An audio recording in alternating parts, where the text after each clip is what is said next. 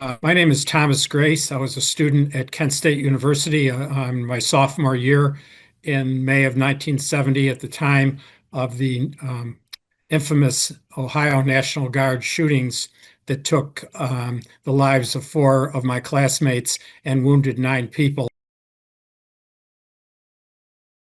We retained legal counsel and sought to sue the state of Ohio and its officials, Ohio Governor James Rhodes, and the officers and enlisted men of the Ohio National Guard that had fired upon a group of unarmed students on May 4th, 1970. In order to advance the case, we had to overcome protections in the Constitution that prohibited citizens from suing the state or federal government for wrongdoing. That case worked its way all the way to the United States Supreme Court. And there in, I believe, 1973, in a unanimous 8-0 decision, the Supreme Court ruled that we did have the right to sue state, not the state of Ohio, but state officials who operated, in our judgment, recklessly under the color of law. And that enabled us to go forward with a civil suit that started in May of 1975 in Cleveland, Ohio, in a federal courthouse. That lawsuit went on for a period of 16 weeks, stretched into August of 1975. And unfortunately, we lost that case in a 9-3 decision. There was a juror that was threatened over the course of the trial, and the acting judge felt that that juror did not need to be removed or to have a mistrial declared.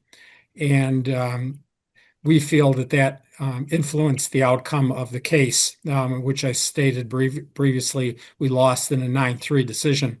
In appealing that verdict, it went to a federal circuit court in Cincinnati. And there in June of 1977, I believe, the circuit court overruled the first verdict in a 2-1 decision and awarded us the right to a new trial.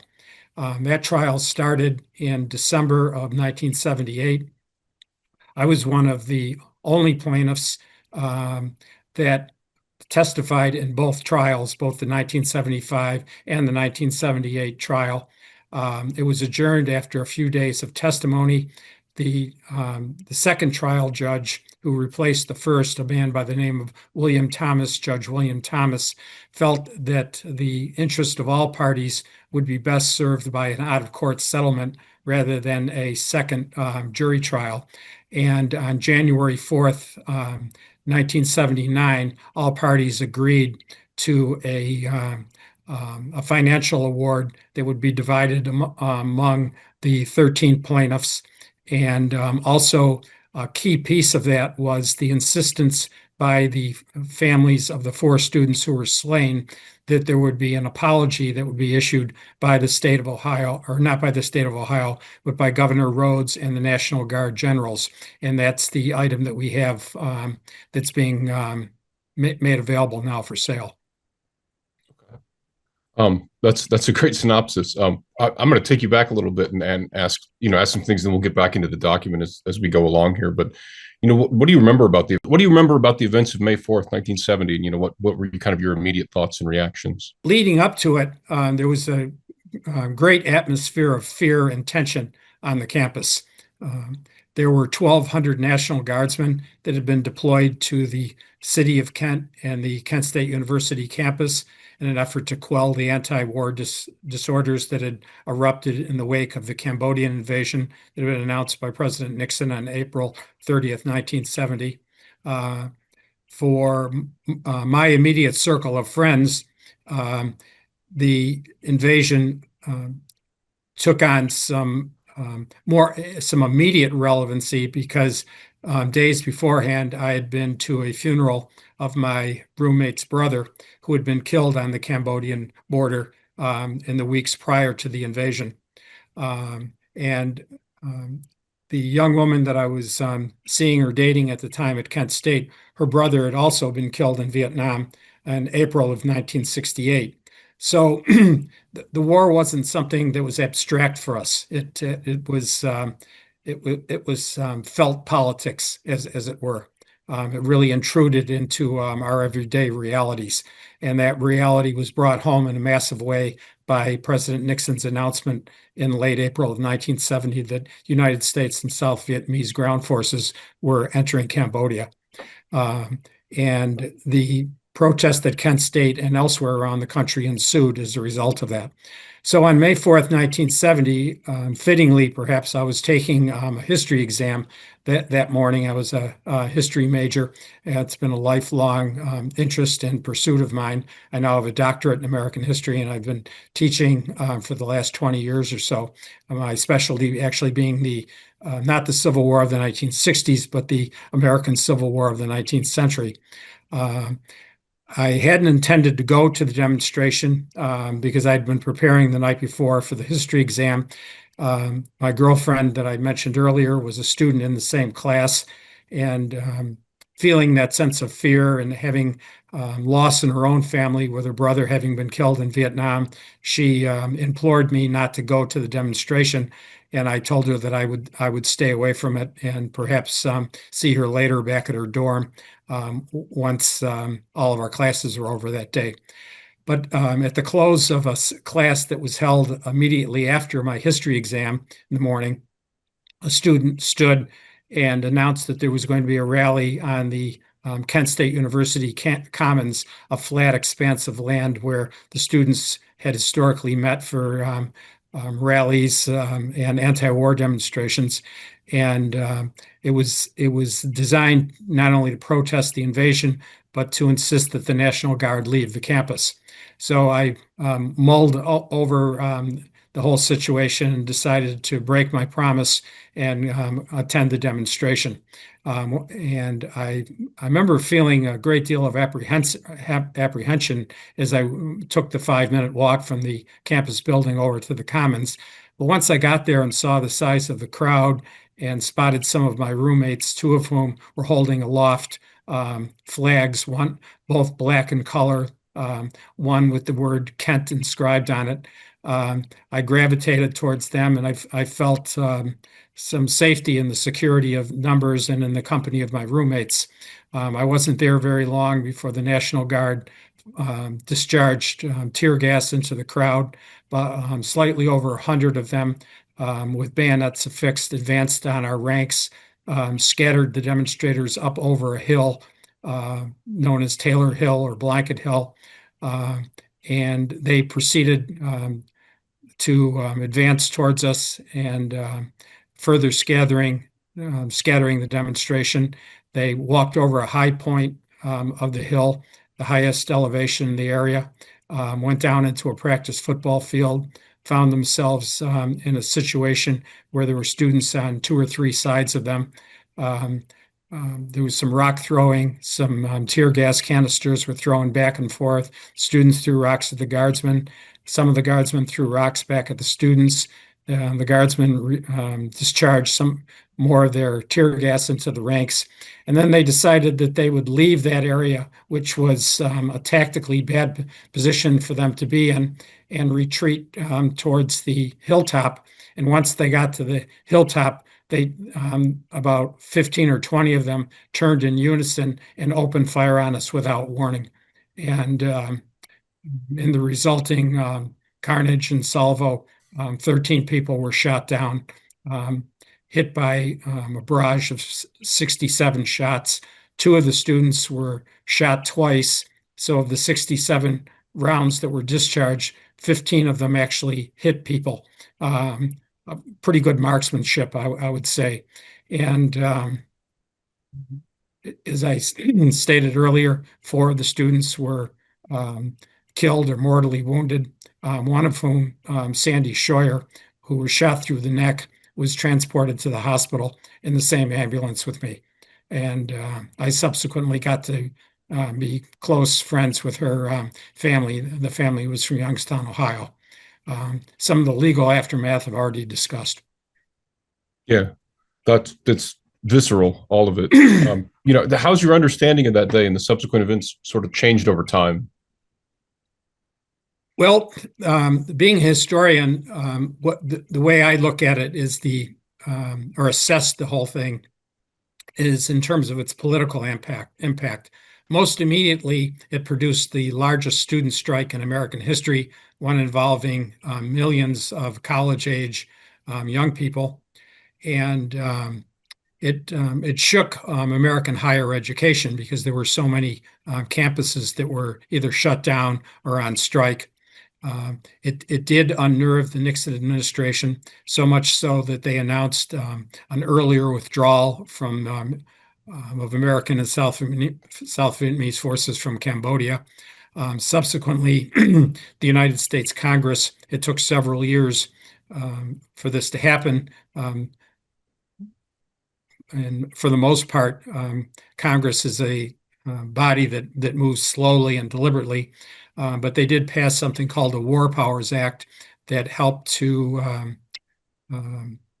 give Congress more authority over, or reestablish, I think is maybe a better way of putting it, reestablish congressional authority in terms of its war-making powers, because Nixon had invaded Cambodia without any congressional authorization, which we all felt was a violation of the United States Constitution.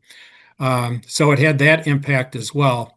And perhaps the most lasting impact of the Kent State shootings was the adoption of the 26th Amendment, which lowered the voting age in the country for federal elections from 21 to 18. At the time, most young people were aware that an 18-year-old could be sent to Vietnam, but that young man had no voice in the decision making of the country that would allow him to be sent to Vietnam, because 18-year-olds weren't able to vote. So by 1971, there was a new amendment that was in place, and ever since then, 18-year-olds have been able to vote in this country. And in some elections since then, the youth vote has been seen as having been instrumental in the outcome of presidential elections. Yeah, can you just talk to me a little bit about the language in the document, what role you played, and kind of what happened behind closed doors? Yes, various versions went back and forth. The judge would have made them available to our lead counsel, a man by the name of Sandy Rosen, and he would convene meetings along with the Reverend John Adams, who assisted us with from the United Methodist Church. We would go over it, insist on stronger language. The other side would want to weaken the language. The main impact or the main influence that I had on the language itself was already thinking as a historian that the initial document did not mention why the students were protesting. And Alan Canfor and I, having been among the more politically involved of the 9 students that were wounded, insisted that that language discussing or mentioning the invasion of Cambodia be inserted into the document, so that there would be some political context that discussed why the students were protesting in the first place, because initially the first draft of it did not include that language. So I felt that was important then and remains important now, because for someone reading this statement of apology, which some National Guardsmen, their generals later insisted was no apology at all and was simply a statement of regret, that it had some political context that was important for people who read it at the time and for people who have read it ever since. Absolutely, I agree with you on that. What reactions among survivors and families, others, when the apology was finally issued? Did it feel sufficient? Well, I don't think anyone was entirely happy with it. The National Guard felt that they had conceded something that they didn't want to admit to in the first place, that they should have used other means with which to control the protest rather than resorting to lethal force. There were other people who felt that we should have gone forward with a second trial. But they weren't in our position, and they weren't in the position of my friend Dean Kaler, who was facing life in a wheelchair. And a second trial could have rendered a decision like the first, and we would have been left with nothing. So compromise is supposed to be the genius of American politics.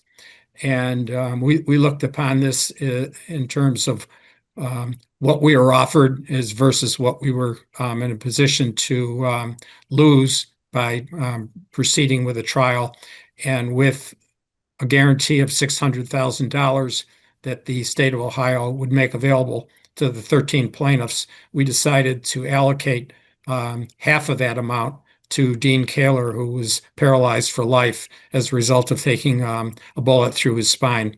And then the rest of the money was divided among the 12 plaintiffs, with relatively nominal amount, $75,000, being dispersed to the attorneys, some of whom had worked on the case at that point for the better part of 9 or 10 years.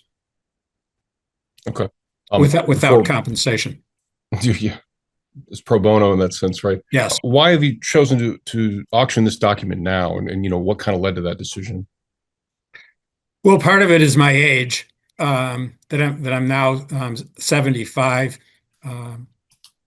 I didn't really have any long-term plans for it until recently. I do have some financial pressures that are leading me to have to part with it as well.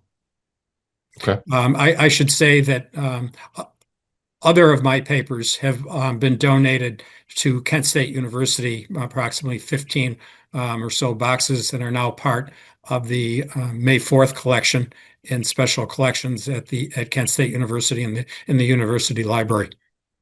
Okay, very good. And I might mention as well that being a historian, I authored a history of crafted a history of student activism that was published by the University of Massachusetts Press in 2016, that covers what many term the Long Sixties. It covers a period from the late 1950s to the early 1970s, a period from 1958 to 1973 that discusses the origins of student activism on the campus and the long aftermath of 1970 shootings. This book you're going to include as part of the what the person that buys this gets, correct? Yes, that's correct. Okay.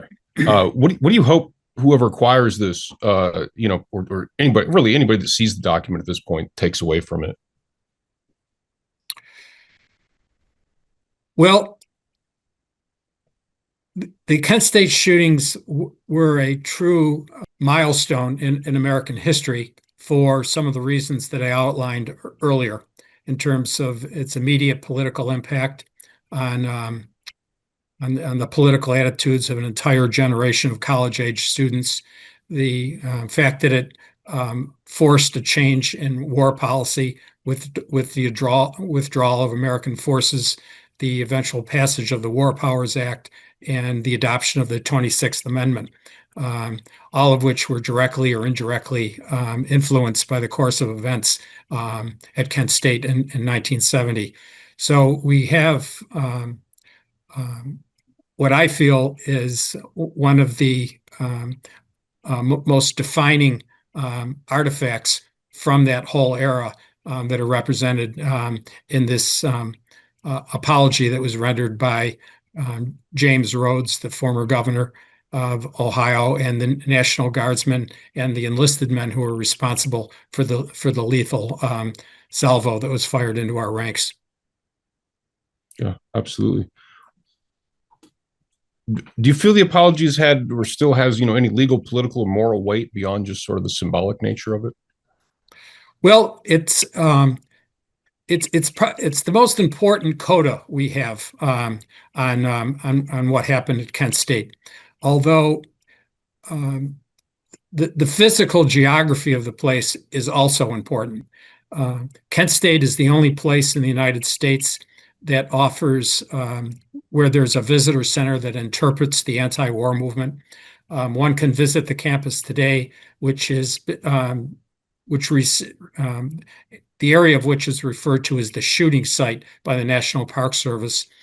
The area came under federal protection in 2016, meaning that the area cannot be further altered. There were some very unfortunate and regrettable intrusions that were made on the area in 1977 when the university then constructed a gymnasium annex on part of the area where the National Guard maneuvered, even covering over the area where one student was wounded. But since then, and particularly since the mid-1990s, the university has done a very credible job with interpreting the site.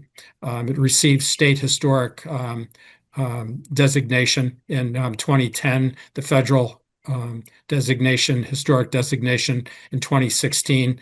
There's a visitor center there. There's outdoor signage that one would find, say, on a Civil War battlefield. The sites where the 4 students were killed are they were all shot to death in a parking lot. Are today protected. Those parking sites are now marked with the names of the students that were killed. And more recently, the university took down non-historic trees so that one is able to see the same view shed that the National Guard saw when they fired into our ranks. And finally, the places where the 9 of us were wounded, including my spot on the field where I was hit, are all marked with circular copper markers that are embedded into the ground with concrete, showing our names and the distance that we were from the National Guard at the time that we were hit. I'm glad that they've done all that. That's important, as you're saying, going forward. Oh, I failed to mention 2 other things too. Go ahead. I mentioned the interpretation, but there is a visitor center there that includes a film that one can go through and to be educated about what took place on the campus, not only that day, but in the decade preceding it, and also it discusses the student strike that I referenced several times earlier in the conversation. And finally, in 1995, I approached the then president of Kent State University and mentioned to her that there was a plaque at Jackson State College, now Jackson State University, that described the killings that took place on that campus 10 days after Kent State, but that there was no such marker at Kent State University. So eventually the university partnered with the Ohio Historical Society and erected a 2-sided historical plaque that gives visitors a very concise but very thorough description of what took place. And also when the National Park Service declared the area or provided historical protection for the area in 2016, they wanted to have a marker that designated that. And I was asked by the university president if I would craft a language for it. So today, if one goes and looks at the corner of Taylor Hall, they'll see that marker that I wrote the language for. That's very good. Yeah. Given how I might say that I had the responsibility to craft language that was as objective as I possibly could make it. So I was not wearing the hat of a person who had been a casualty on May 4th, but I was writing it from the point of view of a historian that tried to emphasize the facts rather than color it with opinion. Given how this document's already factored in your life, how do you want it to factor into the historical memory? Well, Kent State remains an important touchstone for anyone seeking to understand 20th century politics for the reasons that I've already outlined. But it continues to resonate in the 21st century because there's always a danger of using National Guard forces in a policing action for which they're not really trained. And this shows that Kent State has a lasting legacy now into a new century in terms of how people feel about the use of the National Guard and whether it's proper to use them in a policing role.